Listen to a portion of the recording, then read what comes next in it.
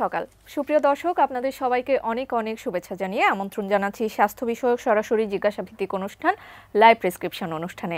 সৌজন্যে রয়েছে Bangladesh eye hospital. আপনাদের সাথে আছি আমি ডাক্তার ফাতিহা শাফি, আর থাকছি অনুষ্ঠানের পুরোটা সময় জুড়ে।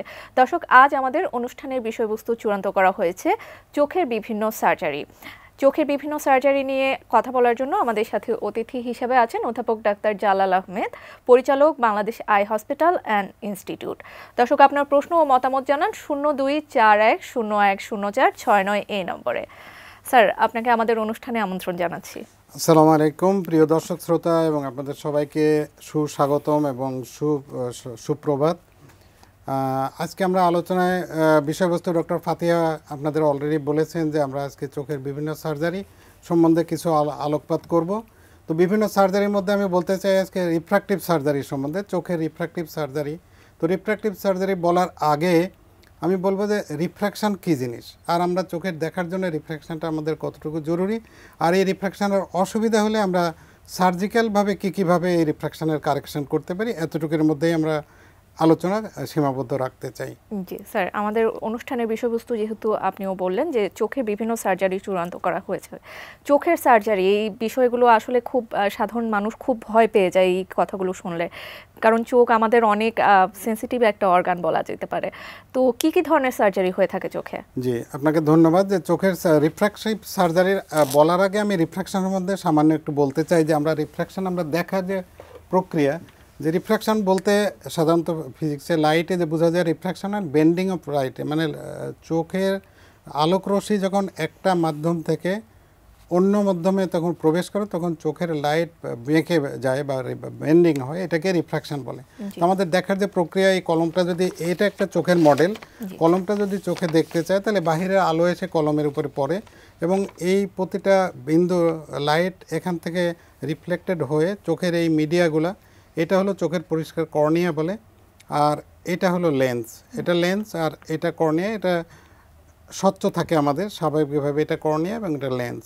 তো এই দুইটা রিফ্র্যাকশনের মধ্যে সবচেয়ে দুইটা বড় যদি আমরা বলবো অংশ, একটা হলো কর্নিয়া, একটা হলো লেন্স। কর্নিয়াতে 45 থেকে 48 ডায়োপ্টার পাওয়ার কর্নিয়াতে দেয়, আর লেন্সে 15 থেকে 18 ডায়োপ্টার দেয়। আমরা একটা চোখে স্বাভাবিক 62 থেকে 65 ডায়োপ্টারের মতো পাওয়ার থাকে। এই 60-65 পাওয়ারের মধ্যে আমি বললাম যে কর্নিয়াতে দেয় 40 থেকে 45 আর লেন্স দেয় 15 থেকে 18। তো এখন যখন আমাদের কর্নিয়াল সার্জারি করে কতগুলো রিফ্র্যাকশন কারেকশন করা যায়, যেমন রিফ্র্যাকশন কারেকশনের জন্য আমাদের চশমা প্রয়োজন হয়। তো চশমার প্রয়োজন হলে এখন মানুষ চশমা তো অনেকেই পড়তে চান না, তো চশমা না পড়তে চাইলে আমরা corneal surgery, refractive surgery, LASIK এবং এই ল্যাসিকের অনেকগুলো সার্জারি আছে, এগুলো করে আমরা কারেকশন করতে পারি।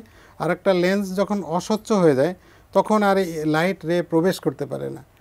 তো এক হলো বেন্ডিংয়ের সমস্যা হয় কর্নিয়ার জন্য, আর একটা হলো যে কর্নিয়া এই লেন্স যদি স্বচ্ছ না থাকে সেখানে তখন সেই লেন্স অস্বচ্ছ হলে তাকে বলা হয় ক্যাটারাক্ট বা সানি। তো ক্যাটারাক্ট বা সানি অপারেশন করে আমরা কৃত্রিম লেন্স সংযোজন করে চোখের স্বাভাবিক দৃষ্টি ফিরে পাওয়া যায়। আবার এই কর্নিয়ার অসুবিধা বা রিফ্র্যাকশনের অসুবিধা হলে রিফ্র্যাক্টিভ সার্জারি করে চশমা ছাড়াই ভালো দেখতে পাওয়া যায়। ছানি বা ক্যাটারাক্টের যে বিষয়টি সম্পর্কে জানি, এটি অনেক বহুল পরিচিত একটি বিষয়, ছানি বা ক্যাটারাক্ট। তাহলে এই ছানি আসলে কি পড়ার জন্য একটি নির্দিষ্ট বয়স থাকে কিনা সেই বিষয়ে প্রথমে জানি। জি, আপনাকে ধন্যবাদ। ছানি আসলে নির্দিষ্ট বয়স আছে, ছানি অনেক রকমের আছে, কিন্তু আমরা আজকে আলোচনা মেইনলি করব যে এজ রিলেটেড ক্যাটারাক্ট বা বয়স্ক লোকের যে ছানি পড়ে সেটা সম্বন্ধে মেইনলি আলোচনা করব। আর একটু ব্যাপকতা সম্বন্ধে বলি যে সারা দুনিয়ায় যদি 2 বিলিয়নের বেশি লোক কম দৃষ্টি বা অন্ধত্বে ভোগে, যার বেশিরভাগই নিবারণযোগ্য, তার মধ্যে ক্যাটারাক্টে প্রায় 94 থেকে 95 বিলিয়ন লোক ক্যাটারাক্টের জন্য বা ছানি রোগের জন্য ভোগে, আর 88 থেকে 88 বেশি মিলিয়ন লোক এই রিফ্র্যাক্টিভ এররে ভোগে। তো আমরা এই ব্যাপক অর্থ এবং এই যে দৃষ্টিহীনতা বা দৃষ্টি অন্ধত্ব, এই দুইটাই কিন্তু উন্নত দেশের চেয়ে কম উন্নত দেশে বেশি প্রকোপ।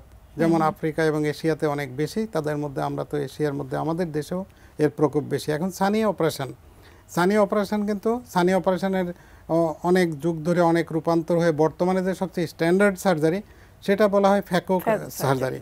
এই ফ্যাকো স্ট্যান্ডার্ড ফ্যাকো সার্জারি আছে, লেজার ক্যাটারাক্ট সার্জারি আছে, এগুলো দিয়ে এই অপারেশনের পরে আমরা লেন্স সংযোজন করি।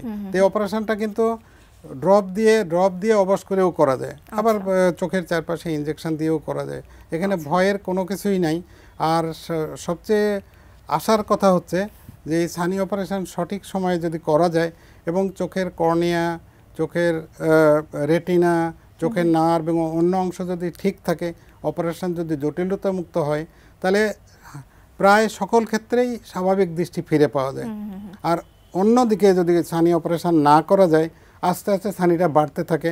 ছানি ম্যাচিওর থেকে হাইপার ম্যাচিওর হয়, হাইপার ম্যাচিওর হয়ে চোখের কমপ্লিকেশন হয়, চোখের প্রেশার বেড়ে যায়, চোখ লাল হয়, চোখে অনেক সময় ব্যথা হয়, এর সাথে মাথা ব্যথা হয়, বমি হইতে শুরু করে। তখন কিন্তু মানুষ অপারেশন করতে বাধ্য হয়ে যায়।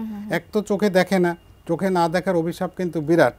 যেমন একজন মানুষ চোখে না দেখতে দেখতে এমন হয় সে খাবারগুলো দেখতে পারেন, সে ভাত খায় না, পোকা খায় না, ভাতের মধ্যে অন্য কিছু মিশে যায়, বাথরুমে যেতে হলে সে একা যেতে পারে না, তখন তার ছেলে মেয়ে আত্মীয় স্বজন নিকটস্থ যে থাকে তাকে ধরে নিয়ে বাথরুমে যাইতে হয়। এরকম আমাদের অভিজ্ঞতা আছে যে মানে উনি আর যেতে পারছেন না, ওনাকে ধরে নিতে হয়। আর অপারেশনের পরপরই এমন হয়েছে যে ওনার চেহারার মধ্যে বার্ধক্যের ছাপ অনেক কমে গেছে, উনি স্বাভাবিক কাজকর্ম করতে পারছে, ওনাকে আর ধরে নিয়ে যেতে হচ্ছে না, উনি সংসারে আবার কন্ট্রিবিউট করতে পারছে। একটা বিরাট আনন্দের বিষয় যে একটা ছানি অপারেশনের পরে একজন মানুষ আবার স্বাভাবিক দৃষ্টি পাওয়া যায়। আর দৃষ্টি কিন্তু মানুষের জীবনের পরেই দৃষ্টির স্থান। দৃষ্টি অনেক গুরুত্বপূর্ণ, যদিও ছোট্ট চোখ একটা ছোট অর্গান শরীরের, কিন্তু চোখের ফাংশনের দিক দিয়ে, চোখের কার্যকারিতার দিক দিয়ে এটা মানুষের জন্য অনেক বড় একটা অঙ্গ আমি বলবো। সুতরাং ছানি অপারেশন জটিলতা মুক্ত হলে এটা খুবই ফলদায়ক এবং এটা স্বাভাবিক দৃষ্টি ফিরে পাওয়া যায়। আচ্ছা আচ্ছা স্যার, এবার লেন্সের প্রসঙ্গে একটু জানতে চাইবো যে নতুন লেন্স আসলে সংযোজন করা হয় ছানি অপারেশনের ক্ষেত্রে। ছানি অপারেশনের ক্ষেত্রে আসলে লেন্সের বিষয়ে নানা প্রশ্ন থাকে দর্শকদের মনে, আমরা সেই প্রশ্নগুলো সম্পর্কে আসছি। আমাদের একজন দর্শক আছেন ফোনে, আমরা ফোনটি নিয়ে নিচ্ছি। জি, ধন্যবাদ। দর্শক আসসালামু আলাইকুম, আপনার নাম বলে সরাসরি প্রশ্নটি করুন। আপা, আমি একটু ডাক্তারের সঙ্গে কথা বলতে যাচ্ছি। জি, আসসালামু আলাইকুম, আপনাকে স্বাগতম, বলেন। ওয়ালাইকুম আসসালাম। স্যার, আমার এই চোখটা, ডাইন পাশের চোখটা, মানে নাকের এই সাইডে কর্নারে একটু লাল স্কিন দিন, চুলকায়ও না, পানিও পড়ে না। এর সাথে কি কোনো ব্যথা আছে? না না, কোনো ব্যথা নাই স্যার। কোনো ব্যথা নাই, লাল অনেক কারণেই হতে পারে। তো এটা এক হলো যে যদি আপনার কোনো ব্যথা না থাকে, যদি লালটা না বাড়তে থাকে তাহলে অপেক্ষা করা। আর যদি লালের সাথে ব্যথা হয় বা লালটা যদি বাড়তে থাকে, চোখে যদি ময়লা হয় বা চোখে পানি পড়তে থাকে, তাহলে আসলে চোখে আপনার নিকটস্থ চক্ষু বিশেষজ্ঞের পরামর্শ নেওয়াটা উত্তম হবে।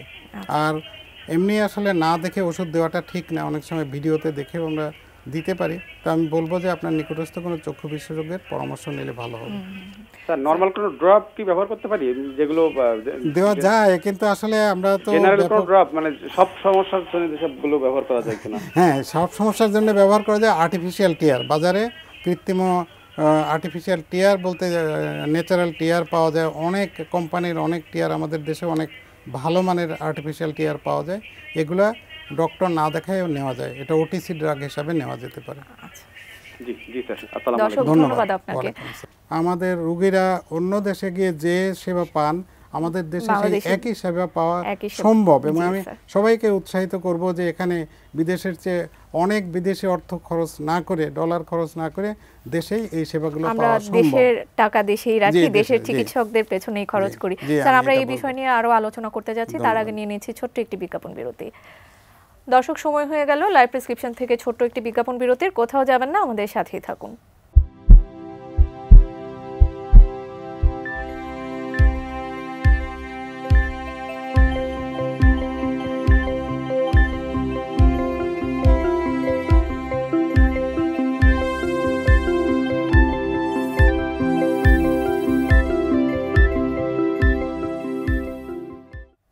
বিজ্ঞাপন বিরতির পর আবারও আমন্ত্রণ লাইভ প্রেসক্রিপশনে। আমরা কথা বলছিলাম চোখের বিভিন্ন অপারেশন নিয়ে, সাথে আছেন বিশেষজ্ঞ একজন চিকিৎসক। স্যার, আমাদের একজন দর্শক আছেন ফোনে, আমরা ফোনটি নিয়ে নিচ্ছি আগে। দর্শক আসসালামু আলাইকুম, আপনার নাম বলে সরাসরি প্রশ্নটি করুন। ওয়ালাইকুম আসসালাম, আমি কবির হোসেন বলছি রামপুরা থেকে। জি, আমার প্রশ্ন হচ্ছে স্যারের কাছে যে আমার চোখ মাঝে মাঝে রোদ্রের সময় লাল হয়ে যায়, আর চোখে তেমন কোনো সমস্যা হয় না, মাঝে মাঝে একটু জ্বালা পোড়া হয়, কিন্তু এর জন্য আমাকে নানান ধরনের বিড়ম্বনায় পড়তে হয়। মানে চোখের এই অ্যালার্জি জানিত কোনো সমস্যা কিনা এটা আমি আসলে ঠিক বুঝতে পারতেছি না। এর জন্য কোনো পরামর্শ থাকলে স্যার। জি, ধন্যবাদ আপনার সুন্দর কোশ্চেনের জন্য। যে চোখ মাঝে মধ্যে আপনার লাল থাকে, কিন্তু এটা অনেক দিন যাবতই থাকে এবং আপনি জানতে চাচ্ছেন যে এটা অ্যালার্জি জনিত কারণে কিনা। তো আপনার এটাকে খেয়াল করবেন যে আপনার আসলে আগের থেকে কোনো অ্যালার্জির সমস্যা আছে কিনা, কোন কোন বস্তুতে আপনার অ্যালার্জি হয়। গরুর গোশত, চিংড়ি মাছ, কোনো ফলমূল, সবজি, কোনোটাই বিশেষ কোনো জিনিসে, বা আপনি যদি পোলেন, ডাস্ট বা ফুলের রেণু বা গাছের পাতা, ধুলাবালি এর মধ্যে গিয়ে যদি হয় এরকম বাড়ে, তাহলে বুঝতে হবে এটা অ্যালার্জি জনিত। তাহলে সবচেয়ে ভালো হলো আপনার যে জিনিসে অ্যালার্জি হয় সেই জিনিসগুলো অ্যাভয়েড করতে পারা। আর তারপরেও যদি দেখেন যে আপনার এটা কারো কারো থাকে এরকম, চোখের রং সবার একই রকম না, একটু বাইরের রংটা কারো কারো পরিবর্তন হতে পারে। যদি কোনো সমস্যা না করে তাহলে এটার জন্য উদ্বিগ্ন হওয়ার দরকার নেই। কিন্তু যদি সমস্যা হয়, লালের সাথে কোনো ব্যথা হয় বা লালের সমস্যাটা বাড়তে থাকে, কোনো সমস্যা করে, তাহলে সেক্ষেত্রে তো চক্ষু বিশেষজ্ঞ দেখার পরে পরামর্শ নেওয়াটা উত্তম হবে। কারণ লাল অনেক কারণে হয়। লাল চোখের লালটা কিন্তু অনেক মানে সেভ, নিরাপদ, কোনো জটিলতা ছাড়াই লাল হইতে পারে, আবার অনেক মারাত্মক রোগের লক্ষণও লাল হতে পারে। এই জন্য এটার সম্বন্ধে একবার না একবার পরীক্ষা নিরীক্ষা করার পর পরামর্শ নেওয়া দরকার। আর যদি কোনো সমস্যা না হয় তাহলে অ্যালার্জির অ্যান্টি অ্যালার্জেন ড্রপ বাজারে পাওয়া যায় বিভিন্ন ধরনের, আর আর্টিফিশিয়াল টিয়ার বাজারে পাওয়া যায়। এই জিনিসগুলো দিলে সাধারণত কোনো সমস্যা হয় না। আর সমস্যা হলে অবশ্যই বিশেষজ্ঞ চক্ষু, আপনার নিকটস্থ চক্ষু বিশেষজ্ঞের পরামর্শ নিয়ে তারপরে ওষুধ ব্যবহার করা ঠিক হবে। আচ্ছা, ধন্যবাদ আপনাকে। অসংখ্য ধন্যবাদ স্যার আপনাকেও। স্যার, এবার জানতে চাইবো যে আমরা লেন্স নিয়ে বিজ্ঞাপন বিরতিতে যাবার আগে কথা বলছিলাম যে কি কি লেন্স আসলে ইউজ করা হয়ে থাকে।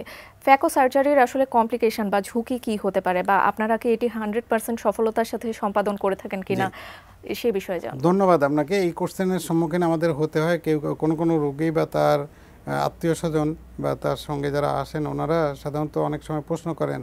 আমরা যখন বলি যে আপনার এটা অপারেশন করাটা জরুরি, তখন বলে আপনি কি নিশ্চয়তা দিতে পারেন যে আমি অপারেশনের পরে 100 ভাগ আমার বাবা বা আমার আত্মীয় দেখতে পারবেন? তখন আমরা আসলে সত্য কথাটা হলো কি, যে কোনো মেডিকেল এবং সার্জিক্যাল ইন্টারভেনশনে আপনার মনে রাখতে হবে যে এটা পেশেন্ট ডক্টর রিলেশনশিপ, একটা সমঝোতা। ডাক্তার চেষ্টা করে যে রুগীর সর্বোচ্চ উপকার করতে, রুগীর সাহায্য করে ডাক্তারকে কাজ করতে। এই একটা অলিখিত সমঝোতার ভিত্তিতে আমরা কাজ করি। আর সত্য কথা, যে কোনো মেডিকেল এবং সার্জিক্যাল ইন্টারভেনশনে কমপ্লিকেশন হওয়ার ঝুঁকি আছে। যেমন প্যারাসিটামল ট্যাবলেটের উদাহরণ যদি আমি দিই, দেখেন যে প্যারাসিটামল ট্যাবলেট সারা দুনিয়াতে ওটিসি মানে প্রেসক্রিপশন ছাড়া কিনতে পাওয়া যায়।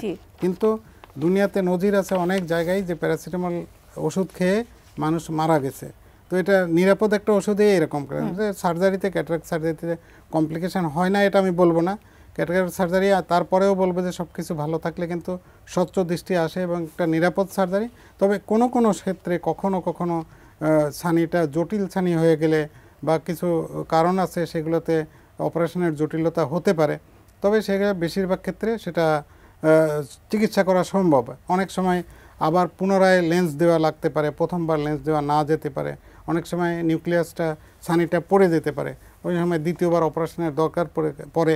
কিন্তু এসব খুবই আনকমন এবং এগুলার চিকিৎসা আছে। সুতরাং আমি সবাইকে বলবো যে এটা নিয়ে ভীত হওয়ার কোনো কিছু নাই। বরং আমরা আশা করি যে আমরা সবাই ইনশাল্লাহ ছানি অপারেশনের পরে সুস্থ দৃষ্টি ফিরে পান এবং পাবার আশাই আমরা করি। কাউকে ভয় করার কোনো কারণ নাই। স্যার, অনুষ্ঠানের শুরুতে আপনি ল্যাসিক নিয়ে কথা বলছিলেন। ল্যাসিক নিয়ে যদি আমাদেরকে কিছুটা ধারণা দিতেন। আমরা অনুষ্ঠানের প্রায় শেষ পর্যায়ে চলে এসেছি। ল্যাসিক কি বা কাদের করা হয় বা এর পরবর্তী কি করণীয় সেই বিষয়ে। ধন্যবাদ আপনাকে। আমরা এখন একটা ছবি দেখতে পাচ্ছি। এই ছবির মধ্যে দেখেন যে প্রথম যে বাম পাশে আছে একটা নর্মাল চোখ। এখানে দেখেন যে চোখের বাইরে থেকে রশ্মিগুলো এসে ঠিক চোখের যে রেটিনা, আমি এখানে দেখাইছিলাম রেটিনা এই মডেলের মধ্যে, তো ওই ছবিটার মধ্যেও দেখা যাচ্ছে, আমরা দেখতে পাচ্ছি রেটিনা। তো রশ্মিগুলো গিয়ে রেটিনার উপরে, ঠিক রেটিনার উপরেই প্রজেক্টেড হয়েছে।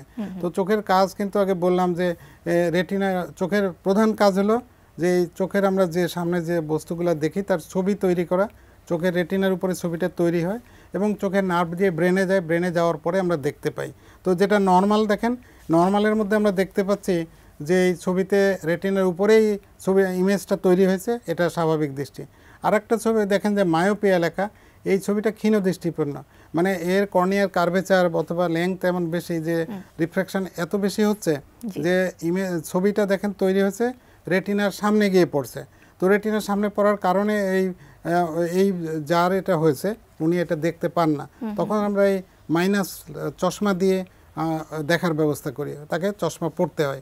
আবার আর একটা দেখেন যে ছবিটা গিয়ে চোখের রেটিনার পিছনে দেখা যাচ্ছে পড়ছে, এটা হাইপারমেট্রোপিয়া, বা এটার কারণে এটাও ভালো দেখতে পাওয়া যায় না। আর একটা দেখেন যে ছবিটা একটা বিন্দুতে হয়ই নাই, 3টা বিন্দুতে দেখা যাচ্ছে তৈরি হয়েছে। এই 3টা বিন্দুতে ছবিটা, এটা অ্যাস্টিগমেটিজম বলে। তো এই মায়োপিয়া, হাইপারমেট্রোপিয়া, অ্যাস্টিগমেটিজম এগুলো সব বলে রিফ্র্যাক্টিভ এরর, এই জন্য আমাদের চশমা পড়তে হয়। আর লেসিক এমন একটা পদ্ধতি যে লেজার রশ্মি আমরা কর্নিয়া ব্যবহার করে আমরা কর্নিয়ার কার্ভেচারটা পরিবর্তন করে যার যতটুকু পরিবর্তন দরকার তার ছবিটা যাতে রেটিনার উপরে পড়ে, তখন এই লেজারটা করে দেওয়ার পরে আবার স্বাভাবিক খালি চোখে স্বাভাবিক দৃষ্টি ফিরে আসে। এটা একটা বিরাট পাওয়া। আর আমরা বলবো যে এশিয়ার দেশগুলোতে, বিশেষ করে আপনি বলেন জাপান, তাইওয়ান, চায়না, কোরিয়া, এইসব দিকে বা আমাদের দেশেও মায়োপিয়া বা চশমা পরার সংখ্যা অনেক বেশি।